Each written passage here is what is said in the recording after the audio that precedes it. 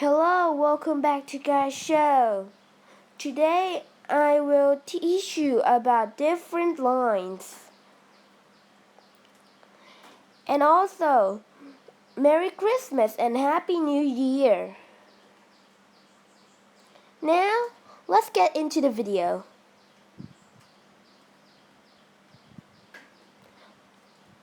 What is a line? A line is a thing that you use to draw. There are many types of line. I'll show you some.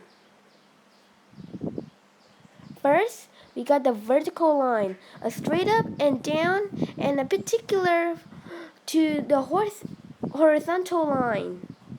Horizontal line are straight left and right and particular to the vertical lines. 3. The diagonal lines are lines that straight in any direction except vertical or horizontal. That's it for the video. Hope you enjoy.